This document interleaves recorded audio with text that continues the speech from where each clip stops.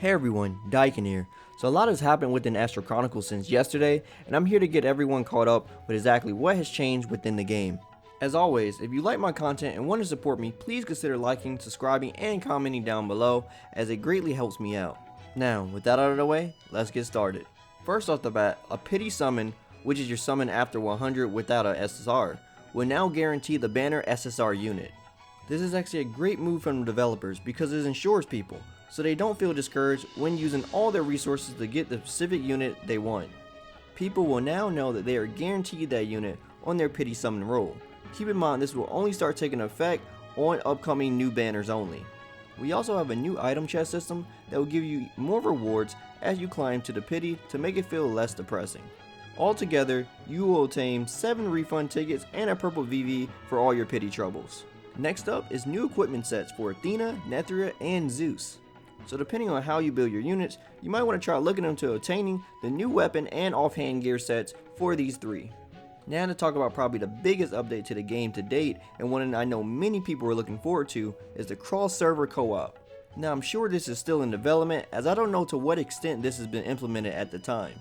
Can you find and play with friends across servers? Or is it currently randomized who you see across the server just to help out with the lack of rooms on certain contents at times? Also, you still can't add people from other servers as of yet, from my knowledge, so there's still a way to go before it's fully optimized, but it's a start and I'm glad the developers are aware of the community problems and are addressing them accordingly. Up next are some Astral Arena PvP balance changes. First off, more stats are shown at the end of a battle, and you will no longer get fish coins as a reward, which I always thought was weird to begin with. Cooldowns on the first skill usage would now be increased, so keep that in mind for your units that already have long cooldowns. And there's some gear changes as well, which are only effective in PvP. Dark Knight Shield reflects 20% of damage, and Reflective Shield now only reflects 30% of the damage taken. I know a lot of people have issues with the shield, so this is a great change for a healthy PvP environment.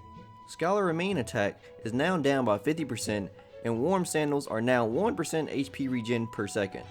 So again, just some changes to keep PvP in a more healthier standard, as opposed to having overwhelming pieces of gear. Another change that came was that Cosmic Rift AP is now capped at 30, which is nerfed from the previous amount, which I'm not even sure it had a cap, as I had 50 once when I went on vacation.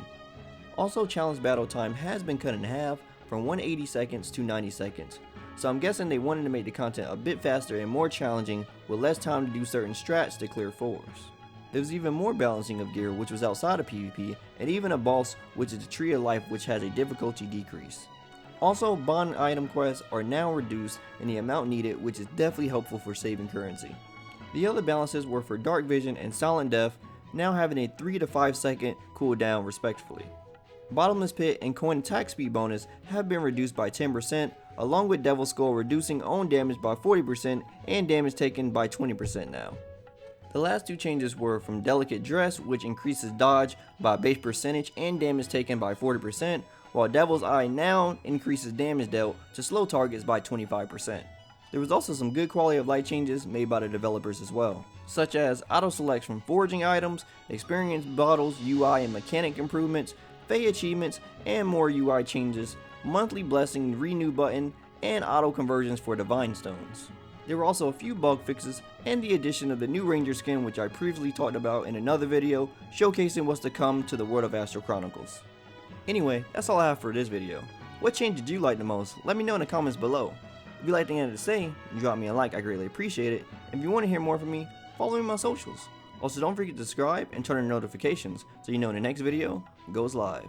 As always, my name is Daiken, and I'll see you next time. Signing out.